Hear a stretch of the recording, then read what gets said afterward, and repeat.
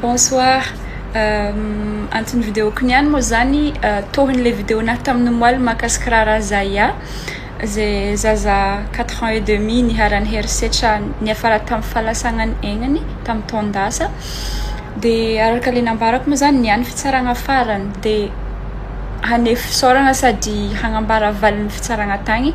tapaka tagny fa hoe migadra mandra-pahafaty voasazy mandra-pahafaty le navandoza sady misy onatra koa takiny la famille aminazy. De eto moa zany za maneho fisaoragna amintsika jiaby indrindrandrindra tato amin'ny Facebook zay nizara poste igny partage tegna hoe nagname hevitra ny sasany tonga tagny amin'ny MP indrindrandrindra tamin'ny papanzaya moa zany namako tegna namako akaiky namako rango fahela efa fampitondra mpianadahy donc zay raha mahazo azy mahazo zaha de karazany de misaotra betsakatsika jiaby indrindrandrindra madame Charlotte tsy niala mihitsy nanomboka tamin'ny voalohany jusqu'à niany tegna hoe nagnampy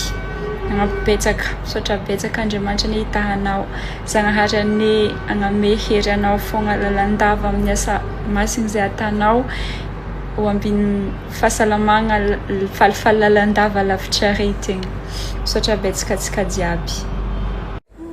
manahoana daholo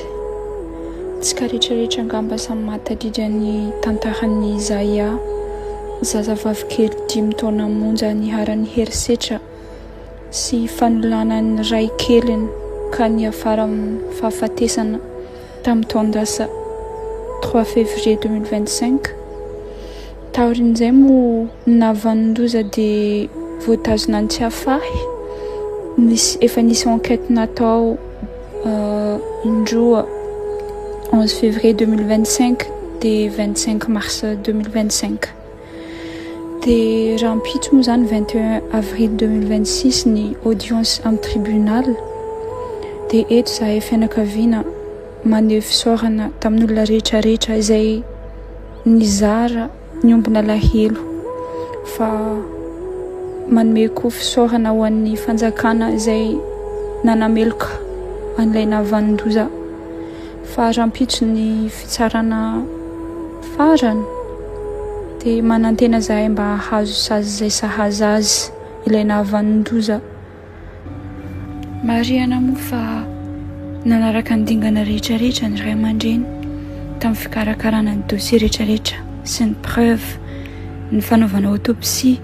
indrindrandrindra ny fananana avokata zay tsy niala mihitsiny sorana manokana madame Andriamanitra ny itahanao ka rampitso samy mivavaka tsika rehetrarehetra ho an'ny fanahin'ny Zaya mba hanana justice mba hahazo saza zay farany zay mafy ilay navandoza misaotra betsaka tompoko justice pour Zaya